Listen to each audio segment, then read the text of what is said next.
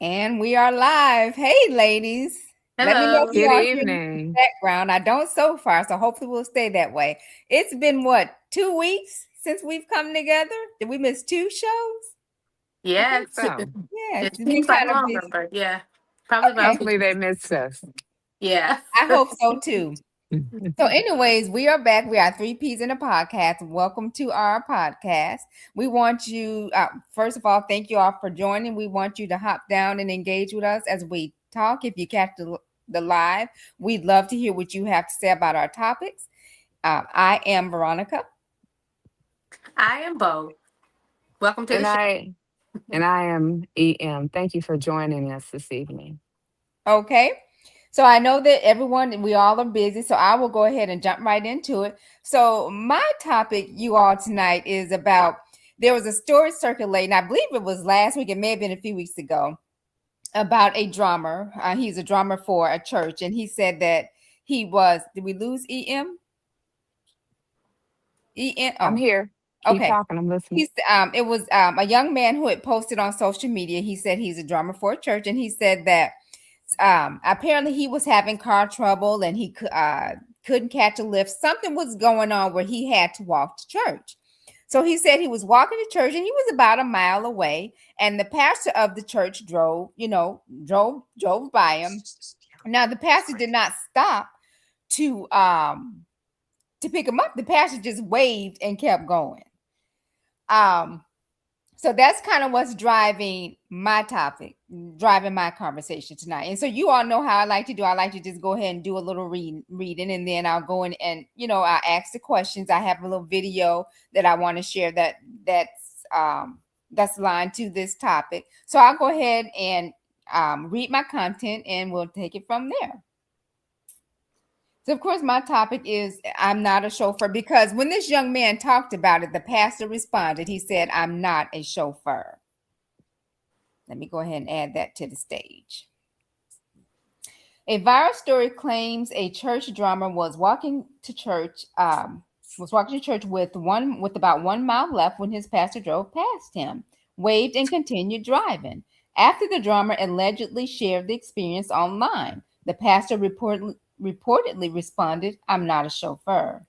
The story appears to be unverified and possibly fabricated, but the debate it sparked is very real. What responsibilities does a pastor have towards members of his or her congregation? Should a pastor be expected to stop and offer a ride, or was the drummer responsible for arranging his own transportation? More importantly, is pastoral leadership limited to preaching and teaching, or should it also include everyday acts of compassion? Now, I remember one time, you all, when I was in high school, and I don't know if you all remember, but I used to get cramps really bad, around that time of the month. So there was one particular time I had called, and dad was at home.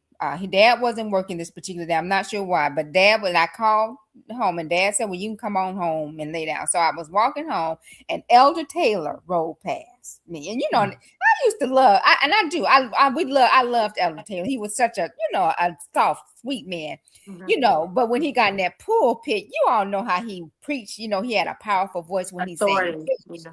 Yeah, but girl, Elder Taylor rolled up on me, and his face was like, I mean, he said, where you going? I said, I'm going home. I said, I don't feel good. I said, headache, because I didn't want to tell him I had cramps. I said, I have a headache, I'm going home. I said, my dad said I can come home and take some Tylenol, lay down. And he said, get in this car. Girl, he was like, get in this car. So I got on. I said, yes, sir. I got on in the car, and he drove me home. He said, go get your daddy.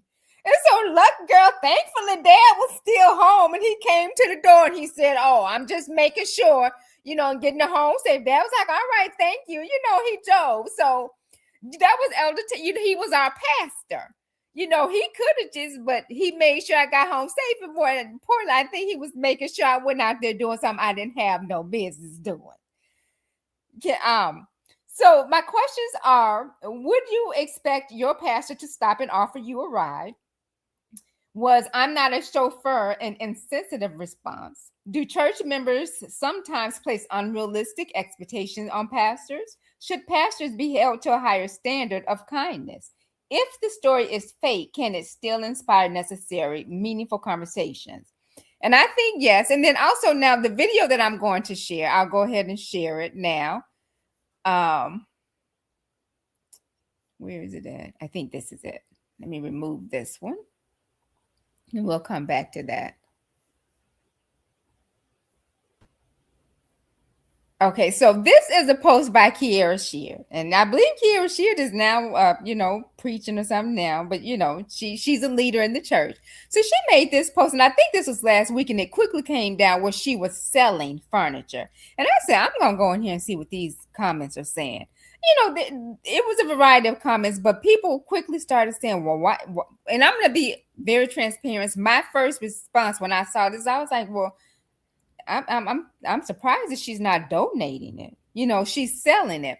And there was comments started to appear saying, well, why aren't you donating? Why aren't you donating? Those type of comments started to appear. This post was not up long. Now, I'm not saying she took it down because she was seeing, she starts to see where it was going. Maybe someone snatched it up really quick because it looks like, some of that good old Regal furniture. But the post came down really quickly. And I'm not sure if she took it down because she saw where it was leading to with, you should donate it. So so this is my topic for tonight. I wanted to share this. And what do you all think about the pastor and the drama story? What do you all think about this? Are you a little surprised that Kiara was, she made this post to sell furniture? Do you think she should have donated it? What are your thoughts? I mean, well, it's to each his own, but if it were me, I probably would have donated it, to be honest. Mhm. Um, that's just the type of person that I am. If I have something that I still can get some good use out of it and, it could help out another family, then I'm going to opt to donate. I've donated a car before that I Mhm. would no longer had use for. So Mhm. I would have donated it. But I mean, like I said, to each his own. That's not to judge anyone. So And you still feel like it's to each his own when it comes to leaders in the church, like pastors. I believe Kiara Shears is Mhm. preaching now. I think she is. She's a leader in the church, Yeah, I Church of mean, God her in Christ, father's a more bishop, so specifically. yeah, she is, a part of the first family, so to speak. Yeah. But no, I think that preachers are obligated to help their congregation when in need. I believe Mhm. that's a call of duty for service, for the calling on the position. If Mhm. he was on his way to church and what'd you say, he had a tire flat or something like that? Well, the young man was walking. He was on Mhm. his way to Okay. church, and he was about a mile away, and the pastor just drove past them and Mhm. kept right and kept driving. I mean, it can be a sticky slope with today being the way that it is, the way that they're so quick to say that pastors are Yeah. engaging in, inappropriate, Mhm. behaviors. I understand that plays a part as well. But, Mhm. I mean, the way from the churches that we grew up in, we knew that there was no question if they seen us Mhm. out that they were just like you said, Elder Taylor did. They're going to pick us Mhm. up. I mean, we had a bishop that picked us up every Yeah, morning yeah, for for Sunday Sunday school. school. I thought Mhm. about that too. Yeah.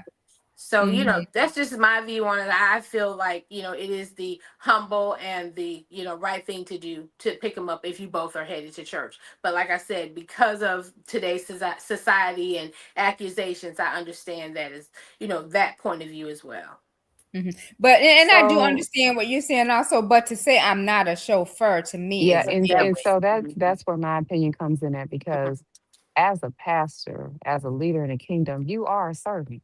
Mhm. You Mhm. serve the people. Right. You serve the people of God. That is, I mean, we are all of us in the kingdom. Mhm. Our job is we're serving. We're out here. We're supposed to be winning people to Christ. We're Mhm. supposed to be picking people up, taking them to church. We're Mhm. supposed to be leading people to Christ. And as the leader of that ministry, Mhm. that is your job. You are a servant. You Mhm. are a servant leader. So Mhm. for him to say he's not a chauffeur, well, yes, sir. If serving means you need to pick somebody up, yeah, you are, Mhm. because God, that you're a leader. You're a servant Mhm. leader.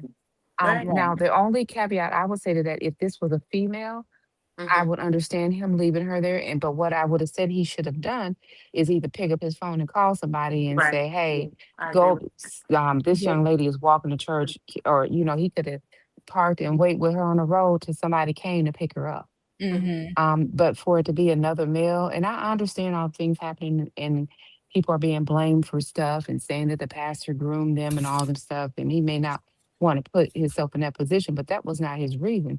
His Mm-hmm. reasoning was, I'm not a chauffeur. Right. Right. That's true. It's plenty of times that me and my husband have pulled over and seen somebody walking from a bus stop, walking to church, and and they'll say, "Oh, I'm not that far." But we're like, "Go ahead, it's hot out here, or whatever. Just, you can ride with us." Right. So, no, I don't think anybody, is above that. The first, Mm-hmm. you are a servant. All of us we're in this body of Christ, and the first thing we do is we win people to Christ, and then we show the love of Christ through the things we do. So I don't think that Right. was very loving or showing the love of Christ for him to just drive past this young Mm. man like Yeah, he's and not then heading to to your church. respond. Yeah, and then to Right. respond like that, that will Yeah. turn people away from your church. Yeah. Yeah. You know. Yeah. That's not how Christ would have responded to that. Mm-mm. Mhm. That's not what Mm-mm. he would do. Mm-mm. No. Yeah. So no, he's way off if he doesn't realize that when he accepted this responsibility for Christ, he is a servant. Mm. Mm-hmm. Yeah. And what do you think about Kiera Sheard selling furniture? Um, I think that sometimes people put these celebrities and pastors in too high of a pedestal, like they're Mm-hmm. not human.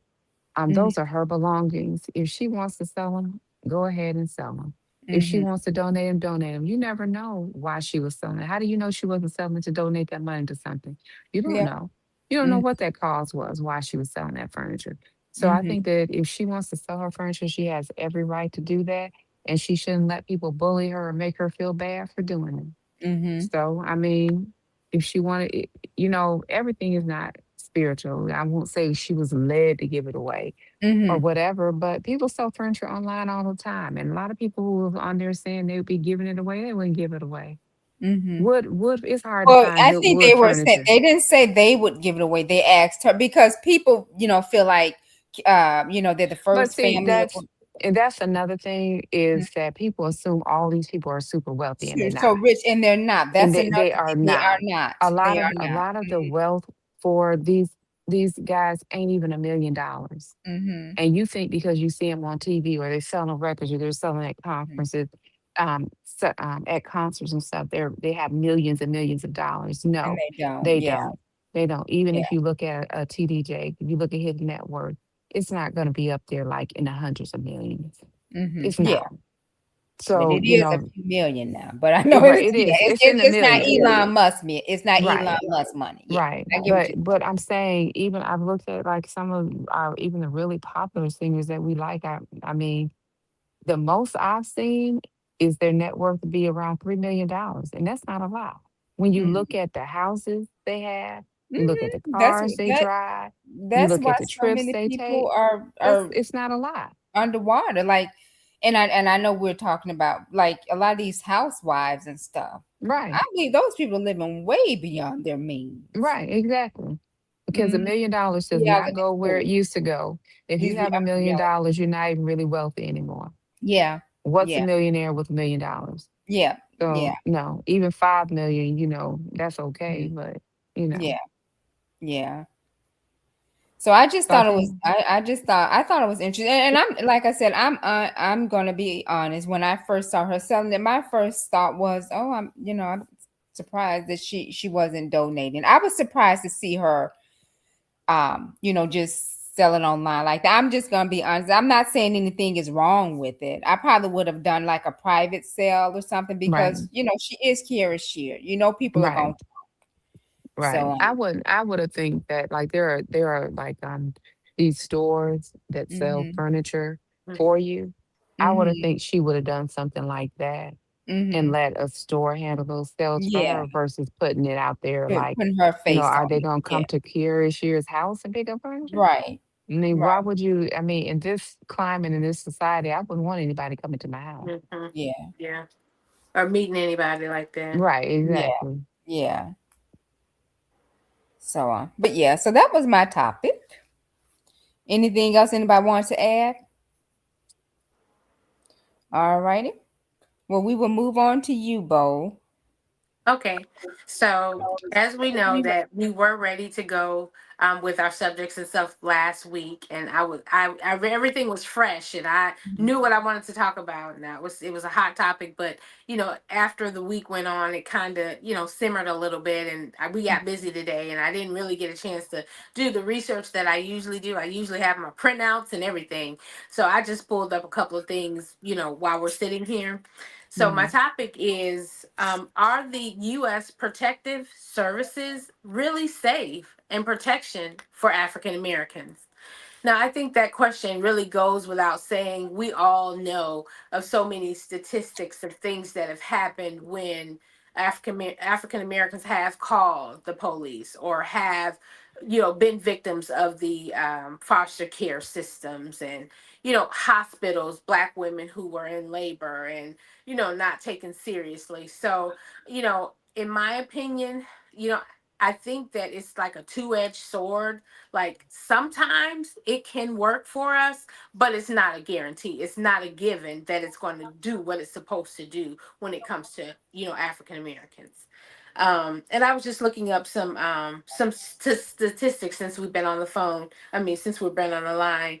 It says investigation rates. A peer-reviewed study found that while 28% of white children undergo CPS investigations before turning 18, over 53% of black children experience an investigation.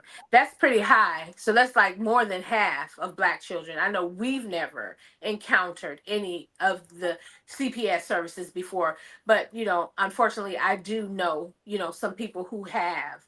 Um, it's more than a couple, Um, and It says socioeconomic factors. Researchers indicates that while financial affluence often serves as a protective barrier against CPS investigations for white families, Black families face higher investigation rates, even with affluent and middle class neighborhoods. So these are just a few things that came up. Like I said, I didn't really get a chance to get my talking points together, but what do you all think? Do you think, like, if there's a situation that needs to be handled, are we better just calling Debo from around the corner to come straighten it out, or do we need to be calling the police? Because I've heard so many black men say, "You don't call the police on a black man," and I know that's kind of, a black man shouldn't be doing something to have police called on him. But how do you guys feel? Well, I like you said, I think it's how do I want to say it? I think sometimes it works and sometimes it don't. I definitely think there's a double standard.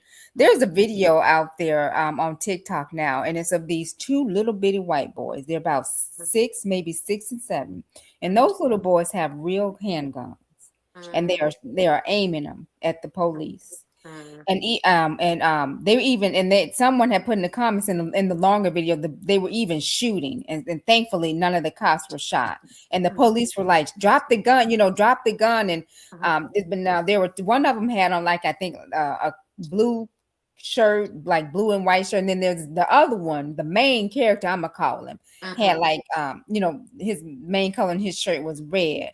And mhm, I think he had given he was to me, he looked like the younger one. He was short, and he had given the gun to the older one. And I mhm, think somehow he got it back. But then he aimed that thing right at the police. He didn't drop it. mhm, Um, Now you picture that, and then you think about Tamir Rice, mhm, the 12-year-old in the park waving a mhm, fake. He wasn't even waving the fake gun. He was just a little boy playing with a fake gun in the park. mhm, mhm. And he was Right. unalived. Mhm. So Yeah. there is something terribly, horribly wrong. Mhm. You know, Absolutely. Yeah. I'll say that much. Mhm. Yeah. Yeah. Especially. Well, Go ahead. I'm sorry. Go ahead. there are certain scenarios where you do need to call the police. Hmm. Mhm. So, is it what I want? Am I going to call them over some simple argument or something in my house? No. Right. No, but if my life is in danger, Mhm. definitely Absolutely. I'm gonna Mhm. call the police, Mhm. because at that point it's either you or me.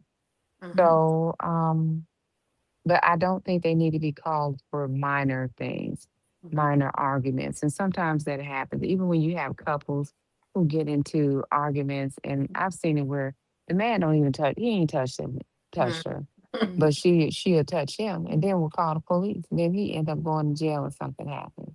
Mhm. So, I think that they should only be called when it's the absolute last resort that, Mhm. it needs to be done. But those little boys with those guns shooting at the parents, the shooting the police, the parents need to be held accountable, Yeah. because your Mhm. 6 and 7 year olds should not have access to those type of weapons. Mhm. And the fact that they don't have enough sense to not shoot at the police, Mhm. that tells you a whole lot right there. Mhm. Because what do they learn at home? That's Mhm. why even with KJ and Carter, our grandsons, I let them know when they're playing them games. A lot of times, that's not real. Mhm. Mhm. That's fake, and you never point a gun at Mhm. anyone. Mhm. You never, so yeah, they do play some games that have guns and stuff in it. But I mean, I'm steady reiterating that I don't let them get nothing too violent either. Mhm. Yeah. If it's too violent, no. But Mhm. yeah, that tells you a lot about the family. Mhm. Yeah.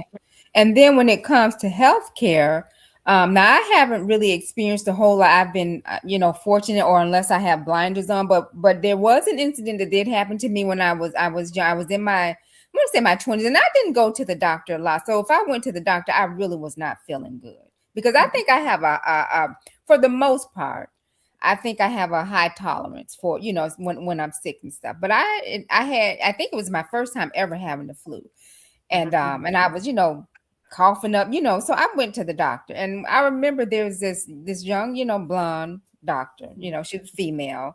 And it's like when I was talking to her, she was really just sitting there like, like it was just, you can tell when something's Mhm. off, Yeah. Hmm. Yeah. and it just made me feel so bad and uneasy. I remember, EM, when you talked about how, that, the person made you feel in the nail salon. It was kind of like Hmm. that situation. Hmm. Like, I don't know if she Like, thought I yeah. was faking or As what, if, but like I yeah. said, Mhm.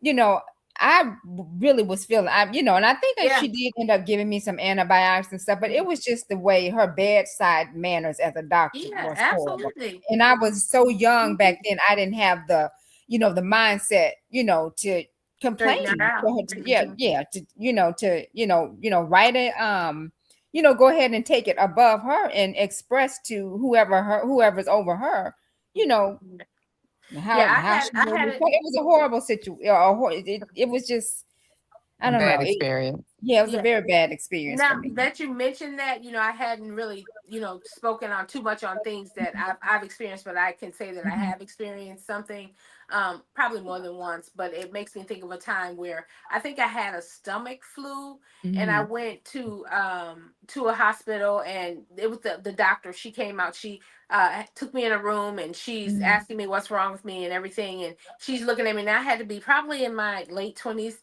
and she said, "There's nothing wrong with you." And then Mhm. I just got up and I started walking out. It was Mhm. after she said that I was done. And Right. then when I started walking out, they came and they started getting me, come back, come back, come back, come back. We Mhm. need to check this. We need, they started catering Mhm. to me, in a different type of way.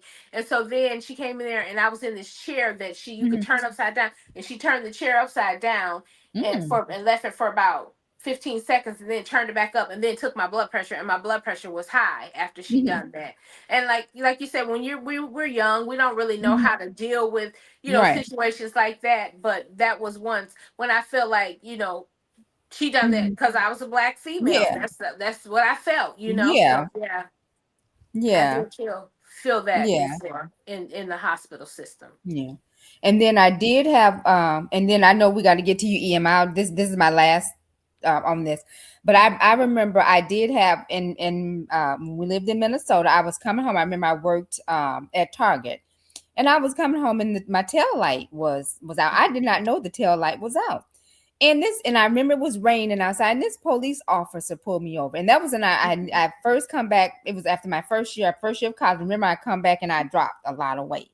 Hmm. And so on my driver's license, my face was still chunky chunky. Mhm. And girl, that man was screaming at me. He was yelling, "Who the F are you? This is not you. You." What? He was crazy. I was so Oh my scared for my life. I goodness. was like, "It's Oh me. God. I lost weight. I didn't, Mhm. that's how Mhm. I mean, it was he was, Yeah, they and do I that don't, type and of just stuff.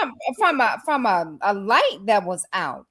And Yeah. now on the other end of that, I don't know if you remember this, but when we were in Mississippi and we were on our way to back to school, we were coming from grandma's them house, and a black police officer Yeah, had I passed remember us, that. And and you I went out. was getting You mouthy. Now let that it honey, that happen. And I man was had like, grace Rocky, on us please though. stop it before Yeah, this man take me to jail because right, I was driving. Yeah. But right. I think the reason that you Hmm. were so brave is because he was messing with somebody who you love. He was messing with your Hmm. family member. So I think that brings something different out, a Right, different but kind of protection out for you when you messing with my people now. hmm, You know what I'm saying? It's like when they right, messing with you, you kind of bashful and like, right. But yes sir. even But then with when they all messing with that, your people, mhm, it's different. But you was letting right, that man have it. And I was like, oh my God. And he was like, now I could do this. right.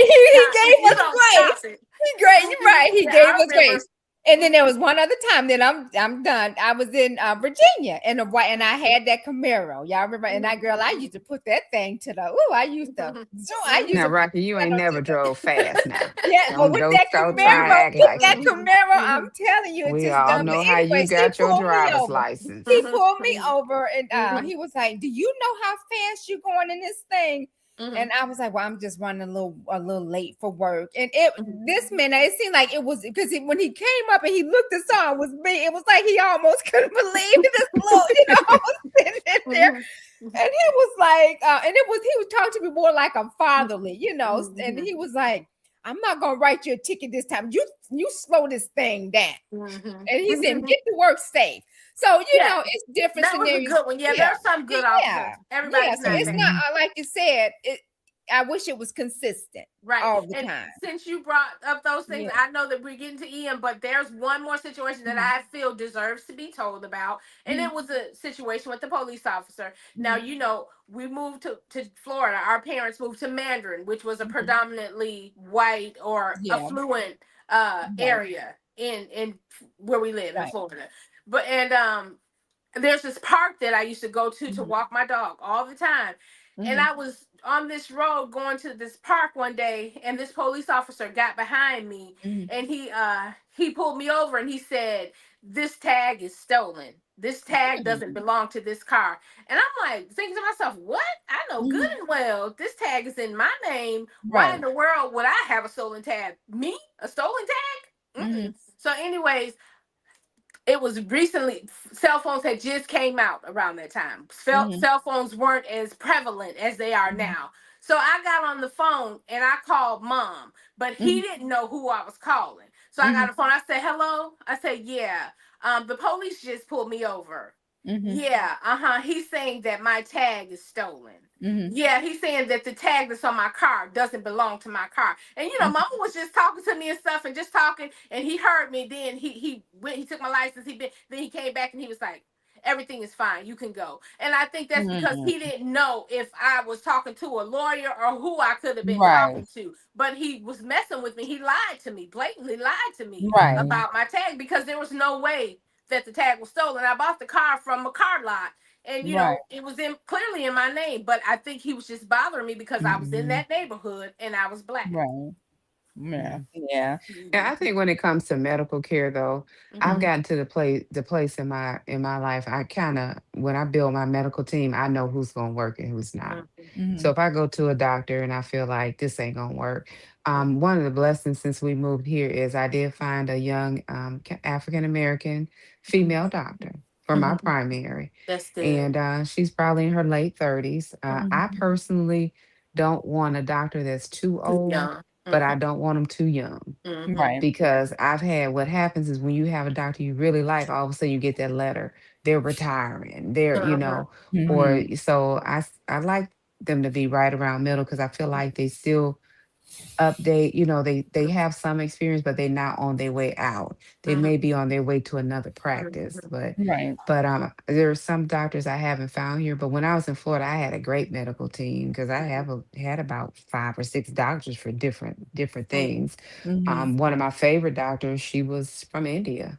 Mhm. and she was around, me and her was around the same age, but she was my hematologist. She was actually a blood cancer doctor. I didn't have that, but she deals with anemia. Mhm. But I mean, I loved her because she could relate to what I was going through, Mhm. and everything. And she spent time, she talked to you, she looked at you in your eyes when you were talking, paid attention. She wasn't, her head wasn't down right. And I mean, Mhm. OBGYN, he delivered Trevor. Mhm. So I've been with him for 20 plus years. Mhm. So there are doctors here I gotta find, but there are certain things that I look for. If that doctor doesn't pay attention, if they Mhm. don't look at, and sometimes the first visit don't tell you, like we got a chiropractor here. Now the first time I went to him, I wasn't impressed. Mhm. But as I kept going to him, he became more personable. He talks to the boys when we go. But it's just certain things that I look for. And it's really up to you to build your own care team. So Mhm. you go to doctors. When you go to a doctor for the first time, it's like a job interview for them. Mhm. Mhm.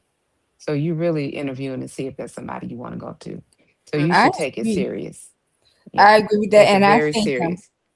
I did, and before I was just going in my 20s, in my early 20s, I was just going through like, oh, this is my, this is a doctor I'm going to. Just Mhm. kind of, I really didn't kind of have that mindset, like, Hmm. like, oh, a doctor is just a doctor. But then when I moved to Virginia, I met this one doctor. Her name was Dr. Goldsticker. I never forget her. She's a Jew. She was a Jewish doctor, and I think it had been a few years.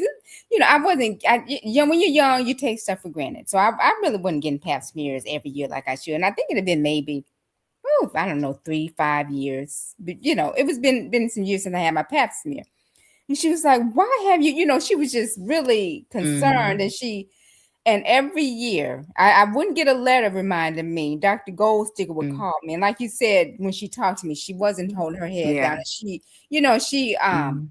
if she felt like I wasn't talking enough or asking enough questions. Yeah. So yeah, that was, I think, by Yeah. far one of the best doctors I've ever had. I never And I, forget. I had another one. She was another Indian lady, and we were about the same age. She was my primary for a time, but she Mhm. was just really good. I'm like, and this was when I was in Florida, because I had an Mhm. awesome team. I was like, this lady she a good doctor. Mhm. And but we was around the same age, and every Mhm. time we talked, we talked, and lo and behold, she left, and I was Mhm. like devastated and so it come to find out, she had just took a slight hiatus from Mayo.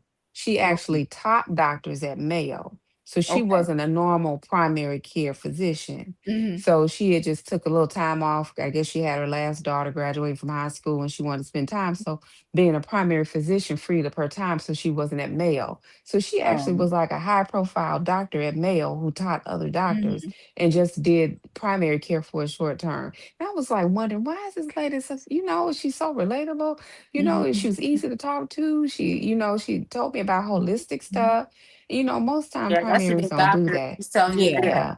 And then Yeah. then when she left, they sent a young Caucasian lady came in who replaced her. I went to her one time and I said no. Because the Mhm. first thing that lady took my blood pressure, she said, "Oh, Mhm. 120 over 70. Excellent." Then Mhm. she was going through my file and she said, "Are you on blood pressure medicine?" I said, "No." She said, "Well, let's get you on that." I said, right then, I ain't been on blood pressure Yeah. medicine Why would in she? 120 years. over What 70? Come So on now. why That's you gonna good. put me on blood pressure Mhm. medicine? And I haven't been on blood pressure medicine Yeah. probably since it's been over 10 years since I've been on blood pressure medicine. Once I lost weight, my blood pressure went down. Yeah. I have not had to be, even when I gain a little weight, my blood pressure has Did not you gone ask her back up. why? I would be. Well, why? You That just that told me was it was a Because they great. get paid to get you on. yeah, that was Every a red pill they get flag. you on, they She get wanted to paid. put me on blood pressure medicine for absolutely no reason. Mm. I'm black.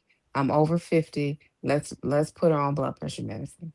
The Mm. other doctor never, not Right. one They time get did paid she, for getting them you yeah, on. she Mhm. never, once she said your blood pressure is good, blood works look good, there's no, because those medications are damaging to you. They To can be your to damaging. this part. Yeah, that's what I was Yeah. sitting here thinking. Yeah. Yeah. So she immediately went to, I was like, no, mm-mm. I Mm. knew then, me and this lady ain't gonna work out. Right. This ain't the one. Mm-mm. Yeah. No. She ain't the one. Yeah, I get it. Mm-mm. I get it. I feel like I'm on blood pressure medicine and I feel like it was she should have said, well, we'll try this first before blood pressure. Let's try to Mhm. get you on an exercise regimen. Let's get you on a diet. Let's get you to lose a few pounds. Let's try these things before, putting you Mhm. on a medicine. But it was right away. on people. Yeah. Hmm. So, Because they just say because we're black, we're gonna put you on Mhm. blood pressure. You're black. Your Mhm. BMI is high. You're overweight or whatever. We're gonna Mhm. put you on this. It's hereditary. Your mama had it. Your daddy had it. You gonna have it. Right. So And that's you, unfortunate. Yeah. mhm. yeah. Well, that was a good topic, Bo. Oh, thank you. Are we still on my topic? Anything Oh, else? no, that. Anything else about it? All right, Mhm. EM. Let me know when So you want my me to add the video to the stage. my topic tonight, I want to talk about: is it faith or is it pride? What is it, or is it just pure ignorance? So we've seen lately what happened with Prophet Karn with the trouble he got into with the IRS, and he is reported to prison. Mm-hmm. Reported to prison, I believe, last Friday to start serving his sentence. He was able to stay his sentence. They pushed it back because his father was sick in hospice. So once his father passed away, he had to go ahead and report to prison.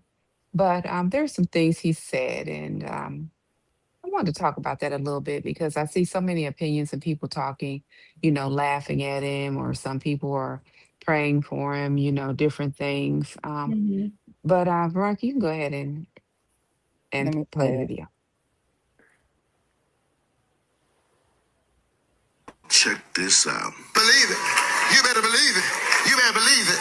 You better believe it. You better believe it. I'll never spend a day in jail. The lie detector determined that was a lie. You better believe it. So, Okay. well, he could have been telling the truth because he didn't go to jail. He went Oh, straight to prison. oh, Jail and Wait, prison are this is two that's now this even is different the worse. things. prophet now. This is the So That's you prophet. even can't worse. say he lied. He didn't go to jail. He went straight to Mm-hmm. prison. That's what he reported to. Child. So, Let me hold on. Let he's me play that one more time. Hold on. And y'all, check this out. Believe it. You better believe it. You better believe it.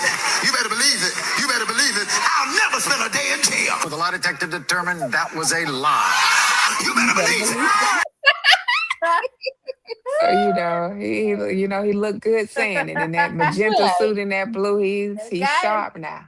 Got He's him. Got sharp. one. So I hate this for him.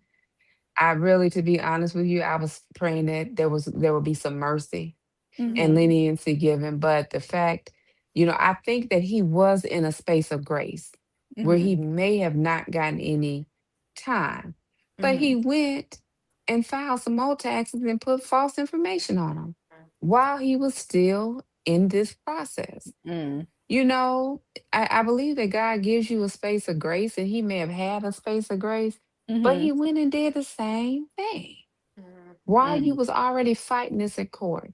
Why not? Because I think what a lot of people don't understand about the IRS, and believe me, I know because the IRS done had me in a chokehold, so Mm-hmm. I know what it's like to deal with them. Mm-hmm. So what people don't realize is you don't normally go to jail for not paying your taxes.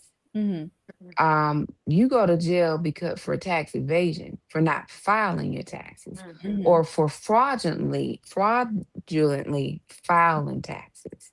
Mhm. So if you file the tax and you owe the money and it's accurate, you don't usually go to jail for that. Now they're gonna try and levy you. They're gonna try and do whatever they can to get that money. Mm-hmm. But when you just won't file, then you put yourself in a position where you run into the things where you can be charged and go. Yeah. So it is always better to go ahead and You file started and be fine. honest about the filing and owe Mm-hmm. the taxes, and Mm-hmm. Mhm. try and work out something with the IRS to pay it. Mm-hmm. um but in this case, I believe in faith Mm-hmm. just like anyone else, but in his case, he needed a miracle. Mm-hmm. So of course that did require faith, but Mhm. I also feel like he was prideful in it. Mhm. Mm-hmm. So, God will not be marked. He's not a lie. And you cannot use God whenever you want Pride to. cometh You before the can fall. Yeah, you cannot put God in your back pocket and pull him out when you want to, Mm-hmm. because it was not honorable or godly of you to file those taxes And fraudulently lie. like that. Mm-hmm. Mhm. The Bible tells us to obey the rules of the land, the laws of the land. That's So right. the laws of the land give you laws and instructions on how to file your taxes. Mm-hmm. And you are supposed to be honest when you file your taxes. So, I see this a few different ways. I don't think that it is right for people to be happy in this, or, you know, because a lot of people, it seems like they're happy that this happened to him. Um, and it's sad that people feel like happy about this. I'm not happy this happened to him. I wish he would have learned um a lesson in this and not been so boastful about it. Because some people, especially people who don't believe in God, they'll say things like, "Where's your God now? You go into prison, whatever." But you have to understand who God is. God does not uphold you in your mess. Not in your He wrong. has he has requirements, he has standards that we are supposed to live by. Mm-hmm. So, you know, if this is true and it was tax evasion and you falsified your returns, then you are in error. When David was in error, when he had Uriah killed, when the prophet came and told him what he had done and he was wrong, what did he do? He He corrected repented. him. Yeah, he repented him, and He God repented. corrected him, but he still blessed Right. him though. He didn't stop Right. But he blessing. but he still faced penalties in his house. Mm-hmm. There were still things that happened in David's house as a result. You can choose your sin, but you cannot choose the consequence. So Mm-hmm. even though he was forgiven, you will look at David, you'll see how his sons were killed, you'll see how his son raped a daughter. All those things were consequences that happened behind the sin he did. Yes, God forgave him and he continued to bless him, but he still had consequences that happened in his house. Mm-hmm. So in this case, even with Prophet Karn, he could have when you repent and you turn away. So if you ask God to forgive you, you repent. Repent means to you stop doing it and you turn away from doing it. Mm-hmm. So if you repented of that while you was going through this, you shouldn't have filed another bad return Yeah, while you going through this in yeah, court. that's I true. mean, really, you should have purpose in your heart never to do that again. Mm-hmm. So I do feel like he was somewhat prideful. I do feel like he it doesn't put the kingdom in a good eye shot when people do things like this. It Mm-hmm. would have been better had he just repented and asked God to forgive him and turned away and not continue to do the same thing. So, my prayer for him is I actually believe he's gonna be released early. Yeah, I believe that. I don't believe he's gonna serve the whole yeah. 9 months. Isn't that called like a blue collar crime? Right? He went, I believe it's federal. Yeah, I think he's in federal prison, but they put him in medium security. I don't know why. They could have put him in low security, but they put him in medium security. Most Mm-hmm. people say it's a walk in the park. We say 9 months. He only got 9 months. That's no time. Yeah. That's no Who time for wants to us do who's that? sitting. It's Yeah. no time for us sitting out here free. But Mm-hmm. when you locked up them Oh. 9 months, it's Mhm. 9 months. Yeah. No, Um, it's time to me. yeah, that's 9 months. But Mm-hmm. I don't know. We'll see in a few months. But I don't think I feel like that and to be honest with you, I was hoping he didn't get no time. But I Mm-hmm. was hoping that he also learned um and that he repented. So Mm-hmm. I believe he gonna get enough time to sit there, think about this and repent Get it and right. turn from this. And I pray that he comes out more powerful because people want to say, see, he was fake, he this. No, it's plenty of people out there who We have all fall the short. gift of God on their We all lives because fall the short. gift is without repentance. So Mm-hmm. you can't say everything he preached and everything he prophesied was a lie. Now, was it all 100%? No, I think sometimes he was a little arrogant in Mm-hmm. what he did. But I wouldn't say that everything that he did was not God. Yeah. But that's For my me, opinion on it. yeah, I don't know. I just the whole Prophet Brian Kern effect just never affected me the way it did a lot of people. Uh, and there's this one podcast that I listen to. It's called the Mad Church Disease. And some of the stuff that he talks about, I agree with. Some of it I don't. But he talks about how Brian Carn has been problematic to the church for a long time. Because Mm, hasn't there been situations with him and women and yeah, babies? yeah. So I don't know. This to me, tax evasion or whatever. That's minor compared to the other Compared things. to him with the women's situation and stuff that he had and the babies and Mhm. all that stuff. So to me, he's been problematic to the kingdom and the church for a long time, and I've just never been on that wagon with Brian Kern. Yeah, when you first said his name, I was like, who? Because I mean, I've seen when they showed him, I knew who he was because I've seen Mm-hmm. him before, but Mm-hmm. I didn't know him by name when you said his name. Mm, Mm-hmm. yeah. Yeah. When you say problematic to the kingdom, Mhm. there's no perfect pastors, there's no perfect Mm-hmm. preachers. Yeah.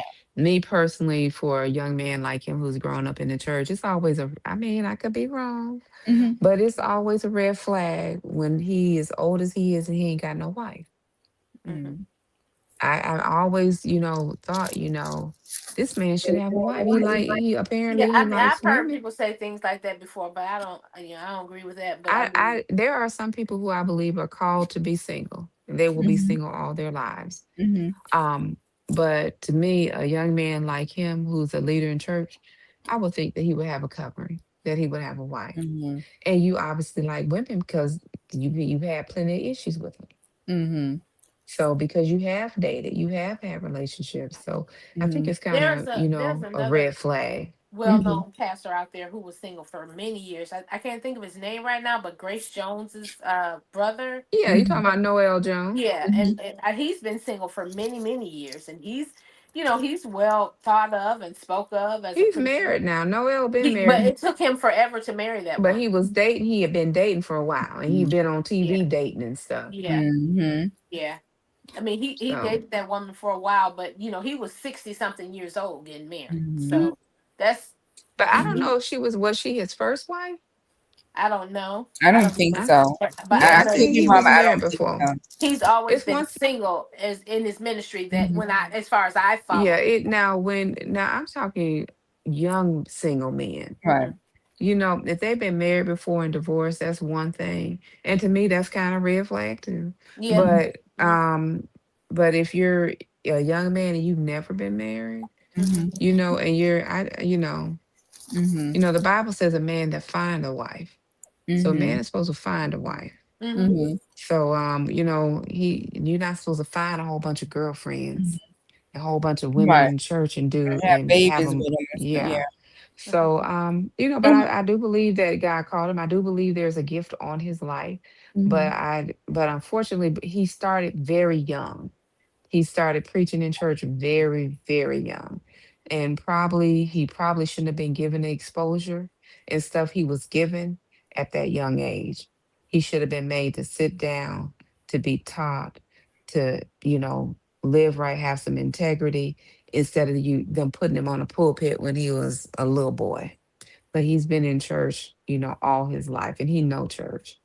So And that's the thing. He know he's been in it all his life. He mm, knows, and I'm not saying he does, but a lot of times when we grow up in the church like that, we learn well how to mimic some things. hmm yeah. And if you listen to him talk outside of that preaching, if you just listen to him talk, because I was He watching a sounds like video those one day, old but preachers. yes, and that type of stuff draws people in. He hmm talks like those old time, he was having a conversation with someone. I can and you wouldn't think that he was a young man. And Mhm. I think hmm he does that stuff purpose on purpose. Right. Mhm. He's been in church all Yeah, of his life.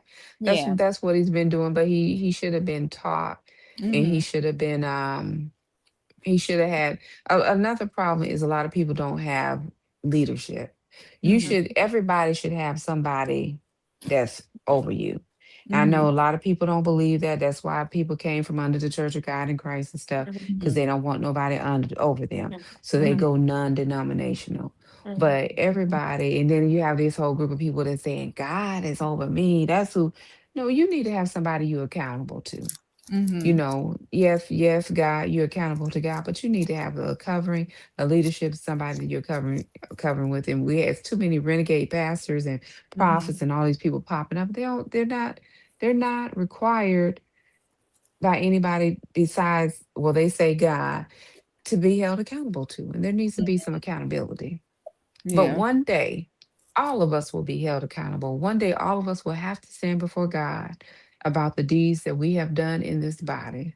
So Mhm. I'd rather have somebody here on earth who can check me and say, look, you wrong. Mhm. You out of character. You need to get these things together. Than stand before God later on because I was just out here doing what I wanted to do. And, but Mhm. that's my opinion. That's a good topic. Anything else to add? Anyone? Yay, nay. I don't have anything to add. And we're at 9:07. We did good. Hmm. So again, this is Three Ps in the podcast. If you're catching the live stream or the replay, please hop down in the comments and engage, like, share, and follow. Have a wonderful night. Thank you for joining. This is Three Ps in the podcast. Good night. Peace out. Have a great night. Love ya. Bye. Love you. Bye. Bye.